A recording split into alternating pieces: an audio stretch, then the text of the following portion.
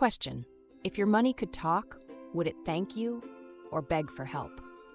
Let's face it, personal finances are one of the biggest sources of stress for Americans. But here's the thing: getting a handle on your money doesn't have to be overwhelming. You're not alone if managing money feels like a never-ending game of catch-up. Many of us live in reaction mode, scrambling to cover bills instead of planning ahead. But the good news? Mastering just a few foundational concepts, assets, liabilities, net worth, and cash flow, can change everything. Assets. Think of assets as your financial goodies. These are things you own that have value, like cash, a collection of rare vinyl records, or even the heirloom jewelry passed down from your family. But here's the kicker: not all assets are created equal. Some, like cash or U.S. Treasury bonds, are super liquid. You can easily turn them into money. Others, like your grandma's china or an old comic book collection, take a little more effort to sell. If you're making payments on a car or house, you don't fully own it yet, but you own a piece of it. That piece is called equity, the value of the asset minus what you owe. Liabilities. On the flip side, liabilities are what you owe.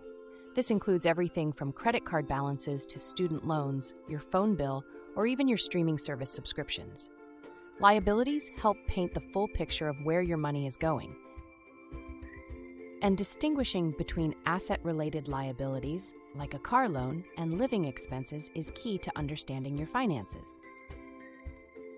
Here's the math: assets minus liabilities equals net worth. If you sold everything you own and paid off all your debts, what's left is your net worth. Negative net worth? Don't sweat it, especially if it's due to smart investments like education or a mortgage. Over time, paying off debts and growing your assets can flip that number into the positive. Cash flow is where it all comes together. It's the money coming in, income, versus the money going out, expenses. Positive cash flow means you're earning more than you're spending. Great news for building savings or tackling debt. For example, if you make $2,500 a month and spend $2,100 on bills, groceries, and rent, you've got $400 left over. That's your cushion to save, invest, or put toward emergencies.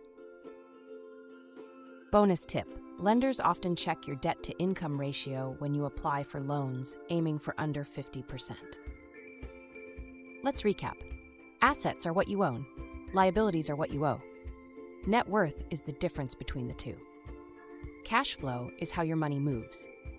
Taking control of these 4 areas helps reduce stress and sets you up for financial success. So here's the big question: are you ready to make the first move toward financial freedom? Stick around, because next time we're diving into practical steps to build wealth, even if you're starting from scratch.